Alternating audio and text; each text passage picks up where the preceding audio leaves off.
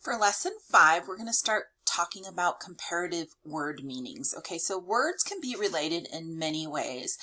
And there's different strategies that an author will use to convey their meaning. Analogies is one type of those. So analogies help explain a general idea by relating one thing to another. And this helps you to notice subtle differences in their meanings. Okay, so there's different kinds of analogies. There's synonyms, or words that have similar meanings, right? Synonyms, similar.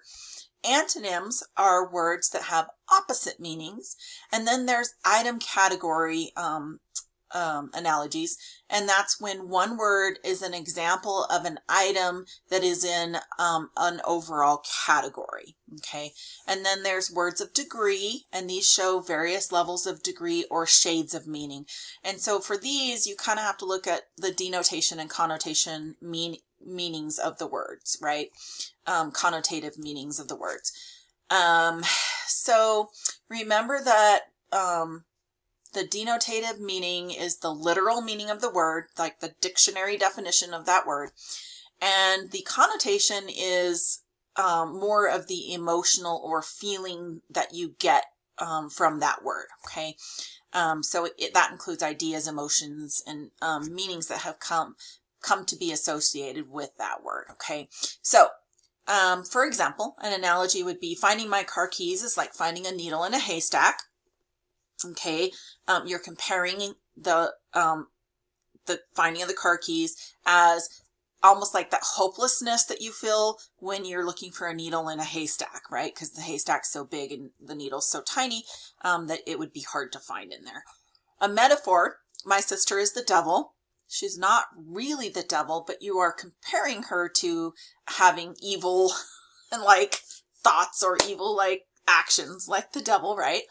And then a simile would be my shoes smell like garbage. They don't literally, they aren't literally garbage and they don't literally smell like garbage, but you're comparing them to the stink that they stink, right?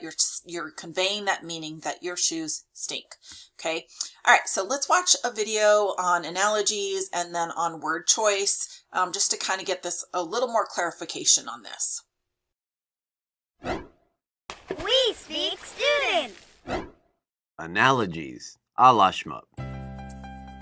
Well, it'd be pretty boring if all we ever did in our writing was tell it like it is. The girl was angry.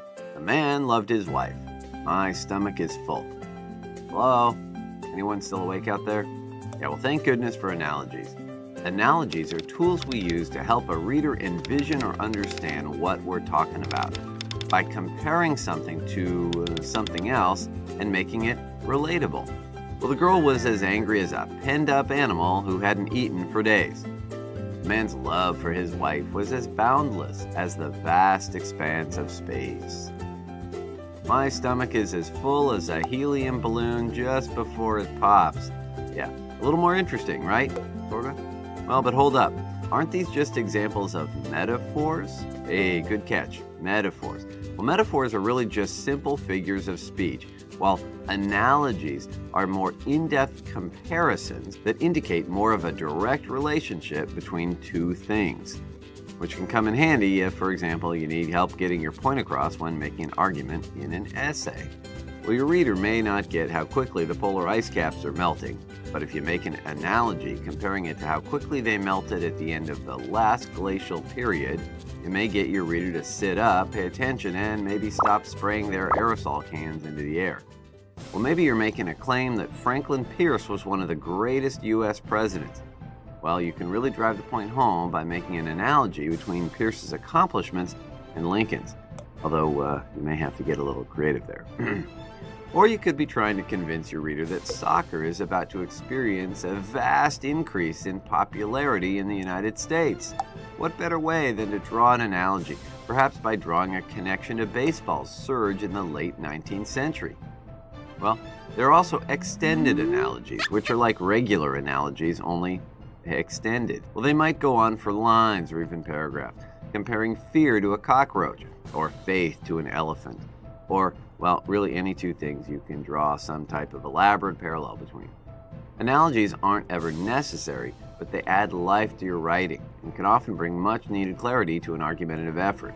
If you're like us and would do anything to win someone over to your way of thinking, analogies could be just what the doctor ordered.